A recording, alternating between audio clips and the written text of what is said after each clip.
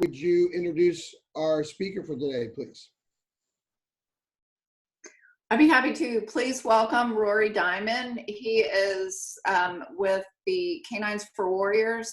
He's also on the City Council. So today he'll be talking and answering our questions about the whole JEA issue. So we're happy to have you, Rory, and thanks for taking the time to be with us. Thanks for having me. I appreciate it.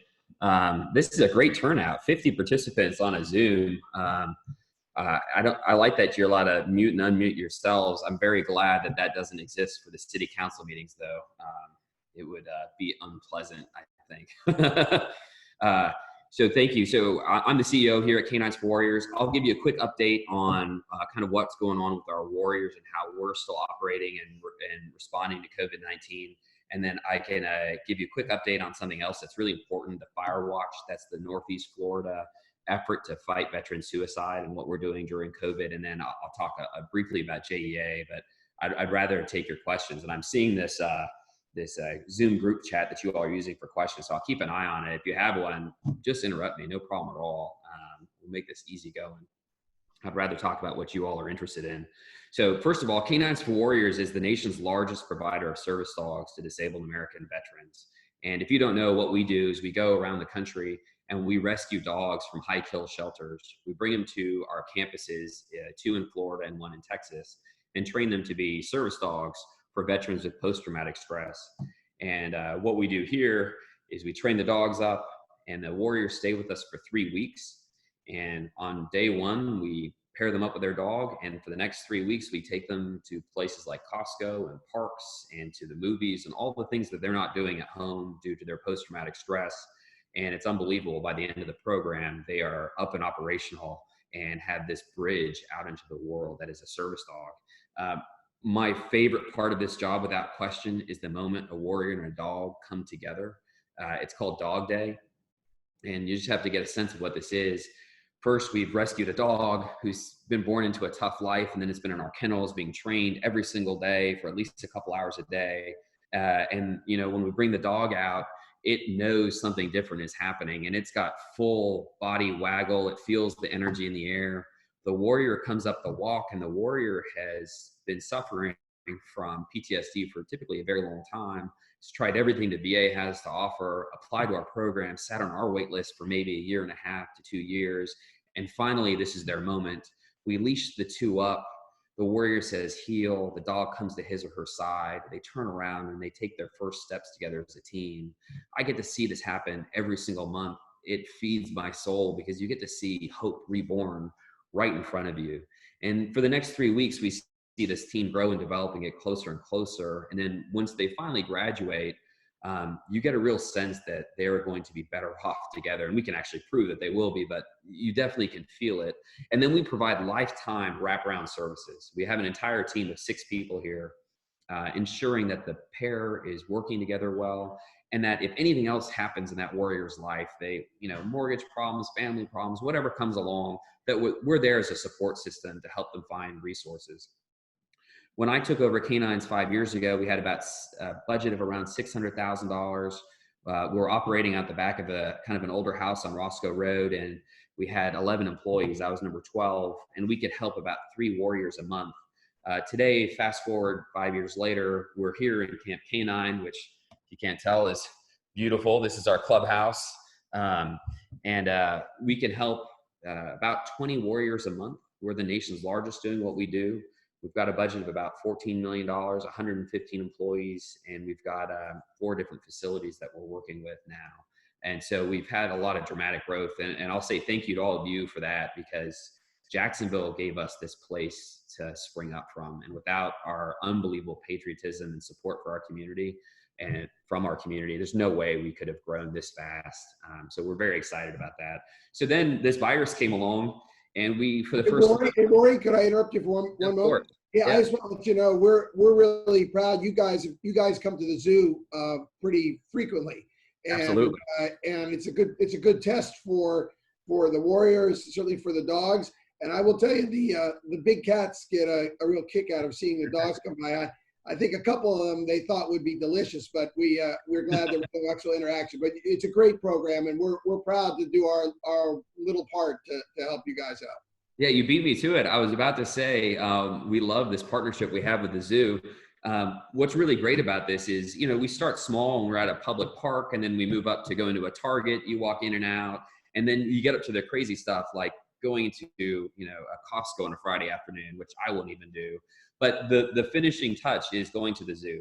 Imagine having your dog at the zoo, little kids everywhere, and it's got to be well behaved, all these smells, all these animals it's never seen before, never smelled before. If you can make it through the zoo, the service dog, you've really done something, and they all do. It's incredible. So we love our partnership with the zoo. The thing that I love the most about that particular partnership is that everyone is so welcoming, and it's so excited to see our warriors, and that changes everything. That welcome mat means a lot. It also means that our warriors can go home with in the back of their mind, I've been to the zoo with this service dog. What can't I do? I mean, there's really nothing left that you can't do after that. And so it's a good place to go. So thank you for that. It means a lot to us. And I love the zoo, by the way. I'm a huge fan of the elephants. So thank you for that. All right. So then, you know, COVID came along and we stopped our program for the first time in our history. And so we took April off. It's very tough for us to take time off because we have a 2-year wait list, and we don't want warriors attempting suicide on our wait list. About 72% of our warriors have attempted suicide before we get to them. And so wait lists are dangerous for us. So we did not want to stop, but we had to stop. It made sense. But we have since restarted. We're actually right in the middle of a class for May, and we are back and operational. And this is what we did. For the staff, we tested everyone. It's mandatory to wear a mask. I've got the one exception is when you're on a Zoom privately in a room on your own, you're allowed to have it off, but we have masks, and a huge amount of cleaning is being done here. We have professional like fume cleaners coming in to making sure our warriors and staff are safe. In addition to that, we brought a nurse in to continually test our warriors, take their temperature, and make sure that the warrior class is safe and healthy. And then we changed where they could go. And so we're only going to really open places. Like we can walk through a mall or an outdoor mall, but we're not going into small confined spaces that are packed with people. It takes a little bit of the program away because we really do want to crowd our warriors a bit and have them experience that, but it doesn't make sense today. But we've essentially got through this now. We figured out how to make the program work. We're the only big service dog agency in the country right now that's operational. They've all are still shut down. And so they're all watching us very closely. So we've actually taken our entire protocols, our experience these last week and a half and then next week, and we're sharing it with our friends and other service dog agencies across the country so they can figure out how to get operational also. So that's Canines for Warriors. Just so you know, there's other pieces of the puzzle of what we do. We started something called Service Dog Pass. So it's the first kind of credential for legitimate service dogs that 4 airlines, 33 service dog agencies, Dell, Hilton, Uber, Lyft, all these groups have jumped on board. That started right here at Canines for Warriors and should be operational in the third quarter of this year. And we're very excited about that. We also created an association of organizations like Canines for Warriors, and Canines for Warriors is coaching up a whole bunch of organizations so that they can kind of learn from all the mistakes we've made, and we've made a lot. And we are open kimono. We tell them everything that we do here. They come and they visit, they train with our development staff, they train with our dog staff, and they learn how we do stuff and they take it home. And we're so proud to see many of them are growing to be really great service dog agencies. And then we've got policy. We're pushing the Puppies Assisted Wounded Service Persons Act up in Washington, D.C., which would change the VA and have them recognize service dogs for veterans with PTSD. It's impossible to believe, but they're actually still fighting this idea. So the PAWS Act, we wrote it with then Congressman Ron DeSantis. Didn't quite get it passed yet, but it's been handed off to Congressman Rutherford, who's been incredible for us. And so we're all pushing the PAWS Act up in DC. And then I did want to mention the Fire Watch. One of the great passions of my life personally is stopping veteran suicide. It just drives me nuts that it's still such a massive problem here in America today. But the VA is spending more and more money on veteran suicide, and the numbers are actually getting worse. And so there's not a proportional way of just spending billions of dollars to fix this problem up in DC. And in January 2019, I went up and met with the head of veteran suicide prevention for the VA and for the federal government. I sat down with them for hours going through their plans. And look, these are really smart people. They have a lot of good ideas. Their hearts are in the right place. But I left there with the notion that I didn't actually think that despite all of their resources, that they'd be able to lower or stop veteran suicides here in Jacksonville. And so we started this thing called the Fire Watch. And the reason why Canines for Warriors started it is because we have over 600 graduates. 72% of them have attempted suicide before we get them in some way or form or another. And we've had one suicide. The numbers are strongly in our favor that our program is working, is actually stopping this thing from happening. And my strong belief is that the reason it works here is not just the dog, but that our warriors get a family, a support group, and somebody who cares about them and who knows them. And so we created the Fire Watch with this idea that maybe we could put that on steroids and take the entire Northeast Florida area and connect veterans with each other, close our connections, get them the resources they need as fast as they need them, and keep our warriors out of crisis and lower our local veteran suicide rate. And so Jeremiah Blocker, County Commissioner from St. Johns County, Justin Taylor, County Commissioner from Nassau County, Gavin Rollins, County Commissioner from Clay County, and Jimmy Anderson from Baker County, and I all got together. We came up with this idea. We signed an interlocal agreement between the 5 counties, and Jacksonville is the host. And now we have what's called the Fire Watch, and it's the first regional effort ever to lower our veteran suicide rate. And our signature program, our Watchstander program, launched on May 1st, which is every single person in Northeast Florida can sign up, do some training, become part of the Fire Watch, be a watchstander, and kind of like training lots of people on CPR.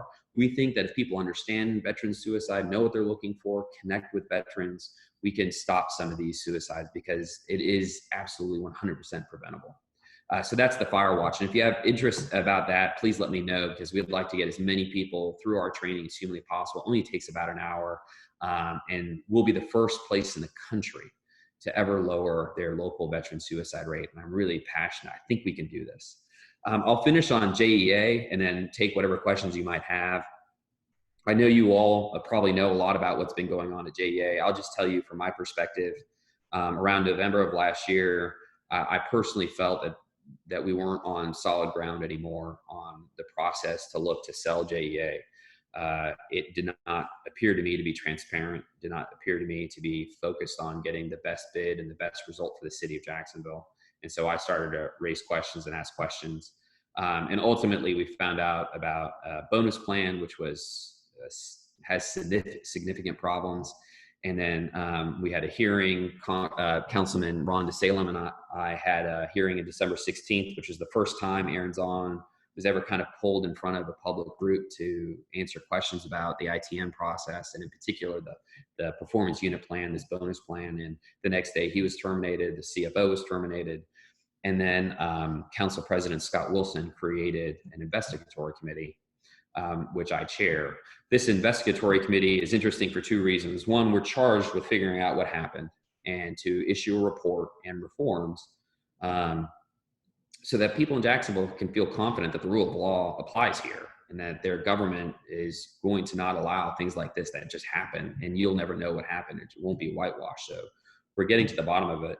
The other reason why it's interesting is it's never happened before. In 50 years since consolidation, we've never had an investigatory committee. And we've never used our subpoena power to go after documents and people. We've never really done this before. And so everything we're doing as a committee is new. And so I worked very hard to have a fair, transparent, diligent, and thorough process to go through all this. Now we have access to about 3 million documents. We've interviewed over 40 people along with OGC. And I would say we're about halfway through this, getting the information we need so we can tell the whole story here. And then along with all this learning we did about JEA, we've learned that there's gaps in our local government that need to be filled as far as transparency and clean government. I am incredibly passionate that government doesn't work if it's dirty and corrupt. And Jacksonville, in my opinion, a year ago was not in the top half of cities in America when it comes to clean government. I don't even think we were close. And today we've passed about 15 new rules and laws that I think get us closer. I proposed, one was to stop sole source contracts so that you have to have fair bidding for every contract over $10,000. Another was that if you have conflicts of interest, that you have to declare them more often. We wanted to close the turnstile of people going into elected or appointed office and then right back to lobbying the same entity that they just rolled off of. So we've shut that off. We've shut off we've created a better process for waivers of many rules so that you've got 3 people in a room who are all appointed and sunshine applies and has to be out in public. So we've kind of diligently gone through all the places that we could take Jacksonville government and drag it out into the sunshine, get our conflicts vetted out, get the information out so that this notion that we're a city that doesn't follow rules or it's just a good old boy network can be dissipated honestly, and we can fix these things. Because if you follow the rule of law and you have the right laws in place, then you're not going to be a corrupt government, hopefully. And if the people are paying attention, this should work.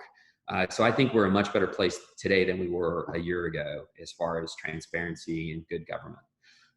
I'll leave it there. There's a bunch of things I could talk about, but if you all have questions or areas you'd like me to kind of drill in on, I'm happy to do it. And I like, by the way, being part of Corrigan Fest 2020. This is cool. We're in good company here. This is spectacular.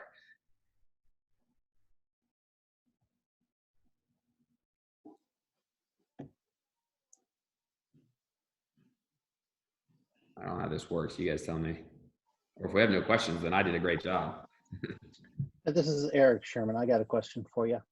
Dude. And I am right there.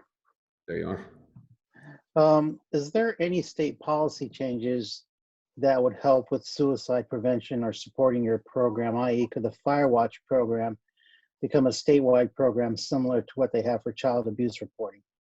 Yeah, so the answer is definitely yes. I like policy, and I want to see the whole nation change the way it deals with veteran suicide and how we adapt locally. And so we created the Firewatch to be replicable in every county in Florida. That was the idea behind it. We wanted to prove it with good data and a diligent program, and to essentially show that it's effective. But we also made it so it's portable. And so I've spoken with county commissioners in about 15 counties already. I've spoken with the governor about it. I've spoken with many people that, yes, the answer is absolutely. We need to expand the Firewatch to every county. The only thing I've asked the other counties is just hold on for a minute. Let us kind of prove that it works. Give us a minute to get all the pieces in place and get it going. And then we're just going to export it. It's designed for that. Does that answer your question? It does. The other thing is I'd say is that my hope is, I'm a critic of the VA. I'll be totally transparent. I'm not a big fan. But our hope is to show the VA that local, on the ground, veteran to veteran, spending time with people really does matter. And that we're hoping that they will change the way they deliver services a little bit if they can. I got a question here. Give us an example of areas of improvement you have witnessed in the last year in government corruption. Well, I'll say this: a lot of the improvements you see are what doesn't happen, and not necessarily what you've seen happening. So here's what I know for sure: there have been multiple efforts to take some of this COVID-19 care funding and use it for things that I don't think are what it was intended for, and those efforts have really failed over and over again. And it's now really being directed to nonprofits who are vetted for doing good work with the people of Jacksonville, and also it's going directly to the people who are proving they need it. I think a couple of years ago, maybe you would have seen that money go to this spot or that spot. And to me, that is the best show that we have better transparency. And I'll commend the administration for really designing this program in a way that it can't get somebody's hands in it and try and use that money for something it should be used for. I like that question. How many layers of protection are there for our servicemen and women to prevent suicide? Well, certainly not enough, because we're losing 20 a day. Depending on who you ask, they say, the VA actually said, oh, we're down to 17 a day. And they almost announced it like it was something we should be proud of. But there were fewer veterans. Most of our veterans skew 70 and over, and we've lost so many of them that 17 actually meant that the number went up per capita. So not good news. With the service dog program, you're finding specific breeds that are most frequently helpful. Yeah. So when people ask me about what breeds we use at Canines for Warriors, I always remind them first that we use primarily rescue dogs. So we don't always know what we're dealing with.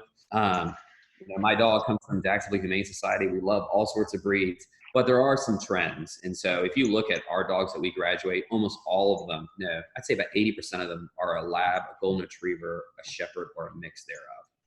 And that's typically what we're dealing with. We're looking for dogs that are under 2 years of age, that are, we don't care about their health so long as we can get them back up to health and they can live a productive life for 8 years and serve their warrior.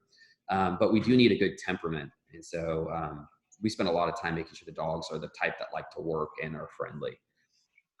Can you describe where you are at this time in the issue, the school board bond issue? So I voted no. I think I was the only one who voted no against the school board bond, the half-cent sales tax. The reason I voted no, I put on the record, is that I don't think you should be raising that much money in light of the economic collapse that we're facing.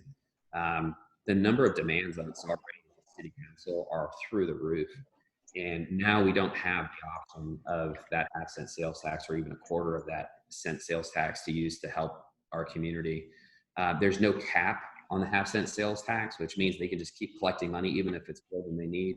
So what I asked the school board was, can you please just scale down your plan to like $1 billion or $1.5 billion to just what you need, and not, kind of like the dream scenario. And that went on deaf ears. So I voted no as a protest, but I suspect that it'll pass Jacksonville. I don't think it'll be slam dunk, but I think it'll pass.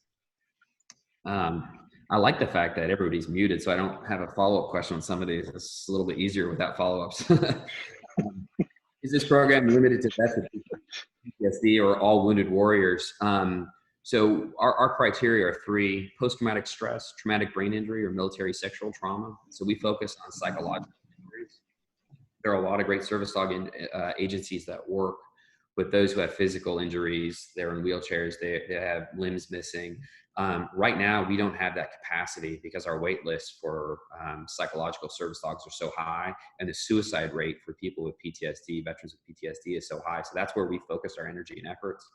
But we're building right now, we've started the process of building the world's largest rescue dog training center just down the road from us here in Canines for Warriors on Highway 1. The Davis family and the Park Group gave us the 9 acres where Canine sits. And again, Roger Osteen, Jed Davis, that great group, gave us another 5 acres right off Highway 1 by the flyover in Nocatee. And there we're going to build what we call the mega kennel. And we've got 67 kennels here at Camp Canine. We've got 20 at our Gold Family campus in Gainesville. We've got 20 at our facility in San Antonio. But we're going to have 250 runs at our new kennel once it's finally built next year. I think that should open us up to be able to do more for more warriors with different types of injuries. But right now we're worried about this 2-year wait list. I appreciate that question. Are women utilizing Canines for Warriors? Yes, women are. So we do 2 or 3 female classes a year. And when we graduate 25 or 30 female veterans with service dogs every year, we are almost quadrupling the number of female veterans who get service dogs from other agencies across the country, all of them together. We by far serve more women veterans than any other organization. And we've made it a key part of our program. In fact, at some point here, we're probably going to take our Gainesville campus, our Gold Family campus, and make that a female veteran campus. We're not quite there yet because of logistics, but I think we'll get there soon. And I'll show you why I'm so excited. Look, you're getting a virtual tour. Are you excited? But right now we are building this building right out here. This is our patio area where the warriors hang out, and there's a pool. But right here, this huge building, that is the Chartrand Family Warrior Resource Center. And that entire first floor is for veterans to be able to come into our program and be separate from the rest of campus. And the reason that's so important is we'll be able to help smaller classes of female veterans here on campus while we have larger male classes going on at the same time. The reason we separate the genders is most of our female veterans are suffering from military sexual trauma. They have a lot of issues with male veterans, likely because they were sexually assaulted by an active duty serviceman. And so we try to not trigger those issues while we're on campus. I didn't know we get to do a virtual tour. Hey, Roy, this is Michael Corrigan. Quick question for you. Well, one thing is, I can't imagine the change that you faced since you became a city council member. I mean, when you ran for council, you didn't see the JEA investigation, you didn't see COVID-19 or anything else, but you really adjusted on the fly, and I commend you for the adjustment, because the whole time you're still representing the people in District 13, which you represent on the city council. So I appreciate that service. My question is, the COVID-19, how's that affected the K9 for Warriors program and everything else? Has it been a major effect, or were you okay to adjust on the fly with it? So our campus here and our team, our 150 employees, I have to say, I've been incredibly proud of them. They have rallied to this. They have been calm and professional and reasonable. They follow every protocol. We all hate wearing these masks, but they wear them. They wear them outside. So the team has rallied really well. We have over 600 graduates around the country, and that was our biggest concern. You already have a veteran who's got post-traumatic stress or traumatic brain injury. They already are susceptible to fear-based problems. And adding this on, we got very worried. So we literally called every single veteran almost every single week for the first month of this. And some of them we were calling every couple of hours because they were really struggling. And then after there was kind of a normalization of COVID and people got a little bit more comfortable with what was going on, and that it wasn't going to be this mass pandemic and people dying in the streets and things like that. Once we kind of got over that psychological hump, the stress from our warriors definitely went down, and we have not had any significant issues, knock on wood, related to COVID-19 with our graduates. I can't say the same is true for our wait list. We have had a couple of veterans who really have had some struggles, and there's limited resources for us when a veteran is on our wait list. They haven't gone through the program. We don't know them. We don't know their families yet. We don't know all that, but we've done our best with it. We haven't lost any to my knowledge, but the ones on our wait list are really struggling, and this has not helped at all. And unfortunately, the VA has not really figured out how to deal with a veteran who's dealing with post-traumatic stress. Certainly hasn't figured out how to deal with it today with the COVID-19.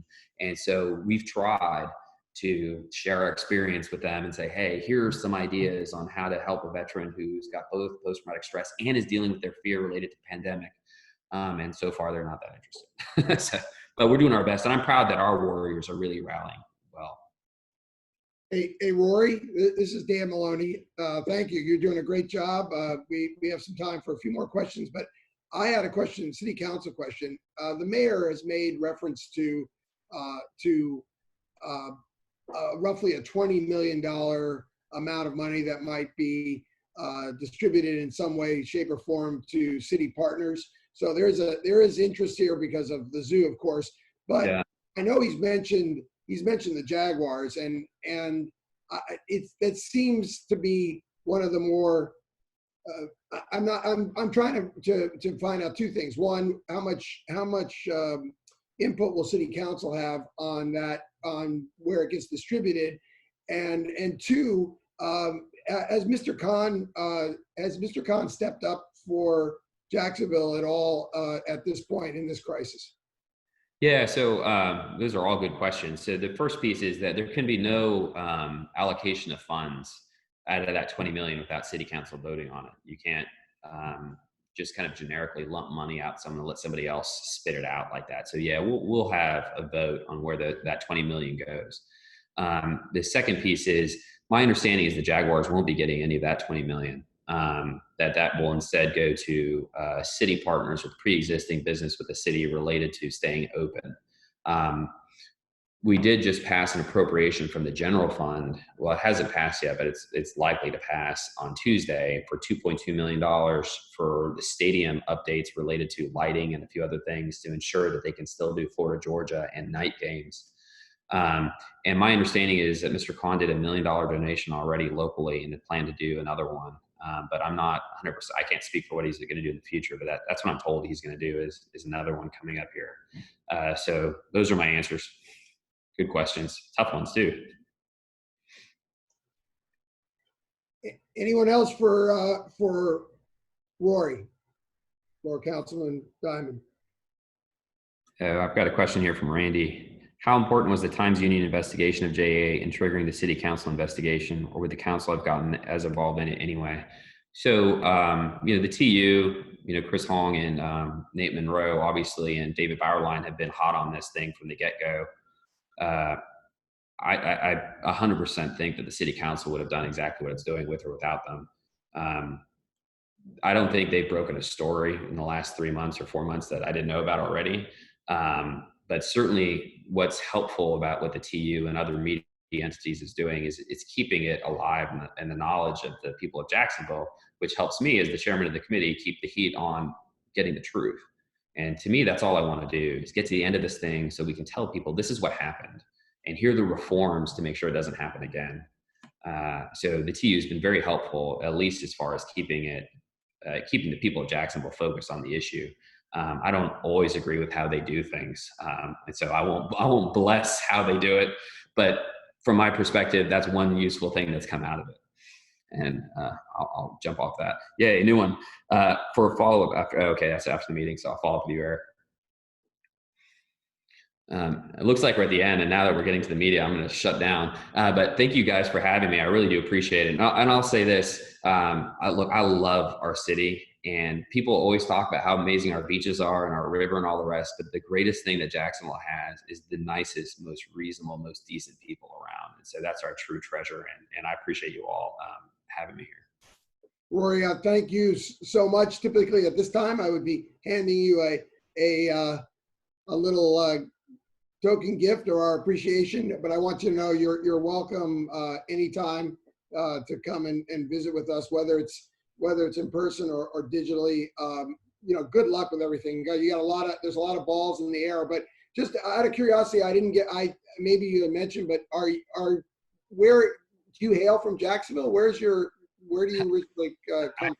I actually grew up in Reno, Nevada, in Lake Tahoe, but I came by Jacksonville the honest way. I was a federal prosecutor in Virginia, and my dad had passed away, so I had to move my mom and sister somewhere where I'd be happy and they'd be happy. They didn't want to stay in Nevada, and I got a job offer in downtown Jacksonville at McGuire Woods, a law firm. And I had a rental car for an afternoon. I knew not a single person in the city of Jacksonville in 2012, but I drove up Highway 1 from St. Augustine, A1A from St. Augustine to Neptune Beach. And by the time I got to Neptune Beach, I jumped out of my car. I literally knocked on doors for 3 blocks. And by the time I got to the end of the 3rd block, I called my mom, I called my sister, and I said, I found something that nobody knows exists. This incredible beach community on this little island outside this really awesome city. And it's in Florida, and it's spectacular. And I don't think anybody knows it's here. I know all of us do, but it's a secret, and I'm so glad I found it. Yeah, well, we're glad you're here, and good luck with everything. We'll be watching closely, and I know you're up to the challenge.